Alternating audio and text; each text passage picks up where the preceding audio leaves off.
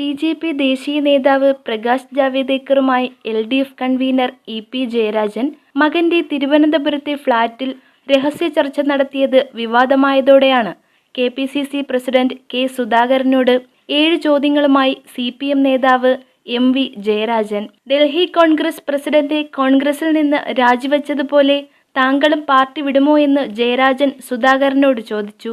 "I will go with BJP. എന്ന് ആവർത്തിച്ചു പറഞ്ഞ താങ്കൾ കോൺഗ്രസിന്റെയും ലീഗിന്റെയും അണികളിൽ നിന്ന് ഒറ്റപ്പെട്ടപ്പോഴല്ലേ ശോഭാ സുരേന്ദ്രനെ കൂട്ടുപിടിച്ച് ഇ.പി. ജയരാജനെതിരെ അസത്യപ്രചാരവേലയ്ക്ക് നേതൃത്വം കൊടുത്തത്? ശോഭാ സുരേന്ദ്രൻ പുറത്തുവിട്ട പച്ച നുണയാണെന്ന് ബി.ജെ.പി. നേതാക്കൾ വ്യക്തമാക്കിയ പശ്ചാത്തലത്തിൽ ശോഭയെ കൂട്ടുപിടിച്ച താങ്കൾ ജനങ്ങളോട് മാപ്പ് പറയുമോ?" ജയരാജൻ ചോദിച്ചു. എം.വി. ജയരാജന്റെ കുറിപ്പിന്റെ പൂർണ്ണരൂപം. ഇൻഡോറിലെയും ഡൽഹിയിലെയും കൂറുമാറ്റം കെ.പി.സി.സി. പ്രസിഡന്റിന് പ്രചോദനമാകുമോ?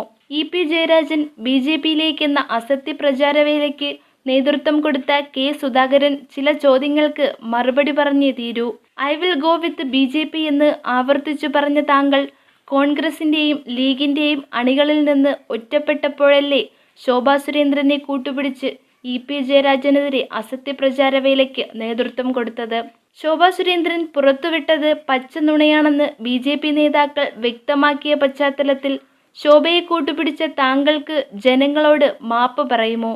തിരഞ്ഞെടുപ്പ് കാലത്ത് കെ. സുധാകരന്റെ മുൻ പി.എ. അടക്കം കേരളത്തിൽ നിന്ന് 41 നേതാക്കൾ ബി.ജെ.പിയിലേക്ക് ചേക്കേറിയത് എന്തുകൊണ്ട്?